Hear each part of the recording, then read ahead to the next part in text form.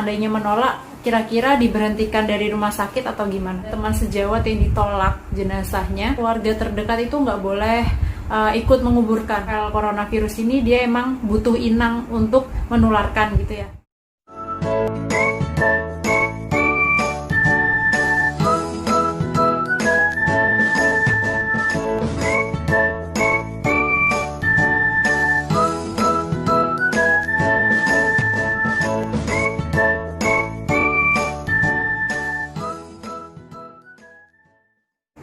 Video ini dibuat untuk mengapresiasi para petugas COVID-19 dan semoga pandemi COVID-19 ini akan segera berakhir. Oh ya, buat kalian yang belum subscribe, jangan lupa untuk klik tombol subscribe dan juga like serta share video ini jika video ini kalian anggap bermanfaat. Happy watching!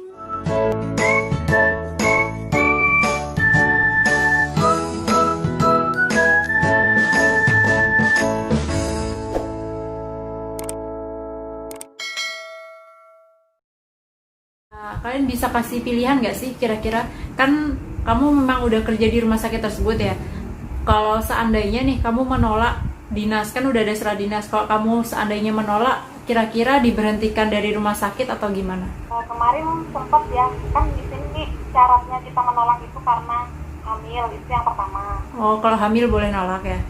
Hamil. Terus yang kedua, mungkin kita punya ada penyakit yang memang serius, itu mungkin kita bisa menolak. Nah, selain itu tidak ada, karena kemarin sempat ada beberapa teman itu yang agak berat seperti itu langsung. Kemudian dari pihak rumah sakit mengatakan bahwa kita di sini kan sudah tanda tangan kontrak selama 1 tahun. Iya. Jadi nggak bisa. Oke. Jadi kalau ibu hamil di situ boleh menolak ya. Tapi kalau misalnya ada ibu hamil nih yang pengen jadi petugas COVID, itu tetap diizinkan? Oh, enggak ya? Boleh. Iya. Makanya kan aku sempat kaget ya sama berita yang hari ini lagi viral tentang ada perawat ya kalau nggak salah ya. Perawat yang hamil terus meninggal sama janin-janinnya juga ya, umur 4 bulan. Itu aku juga agak shock sih, karena menurutku kan kalau untuk ibu hamil itu memang punya faktor resiko ya. Ibu hamil normal pun itu beresiko. Jadi kayaknya kalau memang dia jadi petugas COVID itu agak riskan banget sih. Aku juga agak kurang setuju kalau misalnya ada ibu hamil yang dipaksa untuk jadi petugas COVID. Kayaknya saya itu tadi aku baca beritanya katanya dia petugas biasa sih, bukan petugas COVID. Oh, dia itu bukan petugas COVID, cuma memang terinfeksi gitu ya? Nah, mungkin banyak ini informasi yang masih simpang siur kan karena ini. Iya sih. Soalnya kayaknya juga dari pihak rumah sakit itu kayak nggak akan serta-merta menyuruh petugasnya untuk jadi petugas COVID gitu kan. Pasti banyak pertimbangannya juga. Terus nih, kalian kan ini di karantina. Sekarang lagi masa karantina ya berarti ya? Nah, kalau di karantina itu kan kira-kira setiap harinya itu ada pemeriksaan harian nggak sih? Misalnya cek suhu atau yang lain gitu? Ya ada, kami cek suhu aja sih untuk ini sambil menunggu nanti rapid test 2 kali itu. Jadi rapid testnya itu diteskannya setelah berapa hari karantina? Seminggu kita dites, kemudian nanti seminggu lagi kami dites lagi. Jadi kan 2 minggu, setiap seminggunya 1 kali dites. Sempat ada yang reaktif nggak rapid test dari petugasnya? Iya, kemarin sempat ada beberapa petugas kami yang rapidnya positif gitu. Tapi kemudian di swab ternyata alhamdulillahnya negatif. Mungkin saat itu lagi lagi kondisinya kurang fit aja. Iya. Karena kan sekarang banyak banget ya kesalahan dari media sosial mungkin yang menganggap kalau rapid testnya itu positif udah dianggap positif COVID gitu. Padahal kan enggak ya, masih ada tahap-tahapan lagi uji swab yang mungkin memang udah menentukan hasilnya gitu. Jadi kalau misalnya nih, kalau pasien COVID itu kan masih pasti dari UGD dulu ya? Kalau kami ada 2 jalur. Apa ada dari UGD, ada dari puskesmas. Dari UGD sama apa? Dari puskesmas. Oh, dari puskesmas. Terus kalau misalnya nih kalian udah kedatangan pasien COVID, nah itu apa yang pertama kali kalian lakukan? Oke, jadi kalau kami kan ada 2 dua jalur nih ya, ada yang dari pasien dari IGD. Jadi semua pasien yang berobat ke IGD itu kita lakukan screening gitu.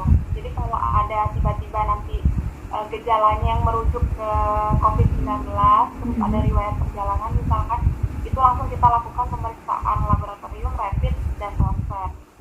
Nah nanti kalau hasil rapidnya itu positif, baru kita masukkan pasien itu ke ruang isolasi untuk dilakukan pemeriksaan swab gitu.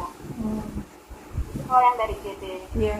Kalau dari puskesmas? Kalau yang dari puskesmas kan dia bekerja samanya sama Dinkes. Mereka yang mencari orang-orang yang kan kemarin ada klaster goa, klaster ya. Jadi mereka mencari siapa aja yang pernah kontak, kemudian nanti dirapid. Setelah hasilnya misalkan positif, nah pasien itu dirujuk dari puskesmas ke rumah sakit. Oke, jadi dari proses rujuk itu masuk ke mana? Pertama langsung masuk, nggak melalui screening lagi, kita langsung masuk ke radiologi. Jadi itu langsung dilakukan ronsen, kemudian masuk ke ruangan isolasi. Kalau di tempat kalian nih, ada kasus kematian nggak sih sejauh ini? Kalau kematian kami di sini ada 2 PDP. PDP? Ya, PDP 2 kasus kematian, kemudian hasil swabnya setelah itu kan beberapa saat kemudian ternyata dinyatakan negatif. Alhamdulillah. Oh, jadi ternyata bukan pasien COVID gitu ya? Bukan pasien COVID. Kalau dari pasiennya sendiri nih, ada nggak sih yang pernah menolak perawatan gitu? Alhamdulillah sampai sekarang belum ada. Oh, berarti tertib ya di daerah sana ya? Alhamdulillahnya di sini semuanya pasiennya kooperatif. Oh iya, alhamdulillah. Kalau di sini mungkin kamu tahu ya, simpang siur berita kan? Kalau di sini banyak banget, ada lumayan banyak sih yang nolak perawatan gitu. Kan banyak banget ya beredar kasus penolakan jenazah dari petugas COVID-19 nih.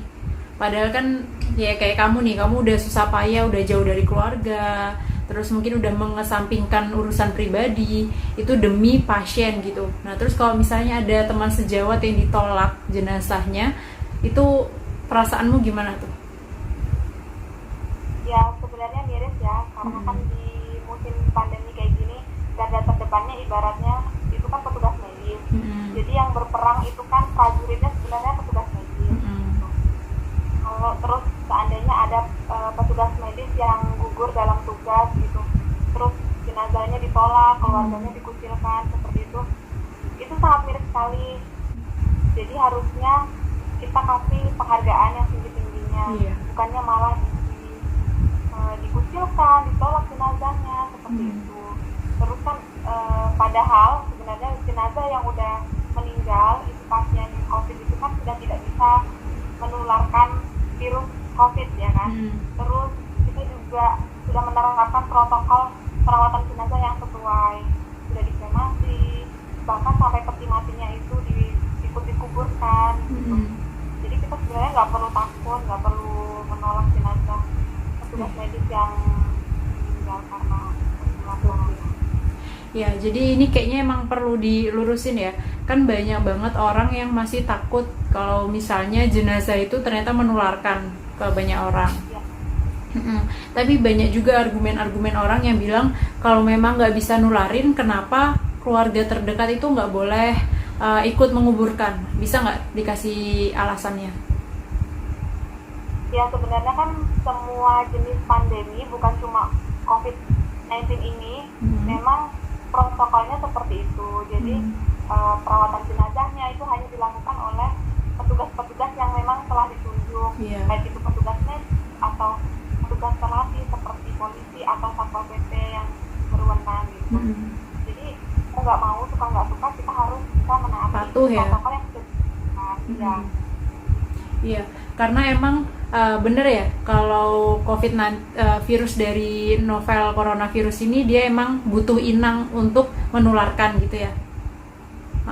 Jadi kalau inangnya sudah meninggal, otomatis virusnya itu sudah udah meninggal juga. Iya, makanya buat kalian semua itu nggak perlu khawatir, jadi nggak perlu takut sama jenazah COVID-19. Jadi karena memang virus dari COVID-19 atau virus corona itu butuh orang atau butuh inang untuk menularkan ke sesama inang yang baru gitu ya.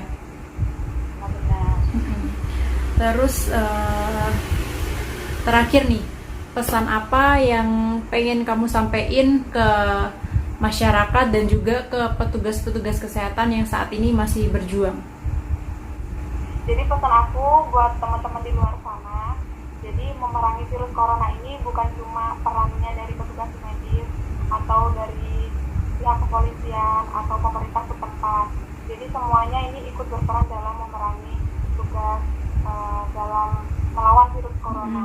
Percuma kalau cuma medisnya aja yang bekerja keras, tapi masyarakatnya tetap nggak mau patuh nurut, gitu ya. tetap mudik, tetap jalan ke sana ke sini gitu. Jadi menurut aku kita bersama-sama, kita bekerja sama untuk melawan corona ini gitu. Terus buat kalian yang merasa ada gejala atau riwayat bepergian, jangan malu untuk periksa, jangan takut karena COVID ini bukan aib, COVID ini bisa sembuh. Oke, makasih banyak ya Ria. Semoga kalian semua yang jadi petugas COVID-19 bisa tetap sehat dan semoga pandemi ini segera berakhir.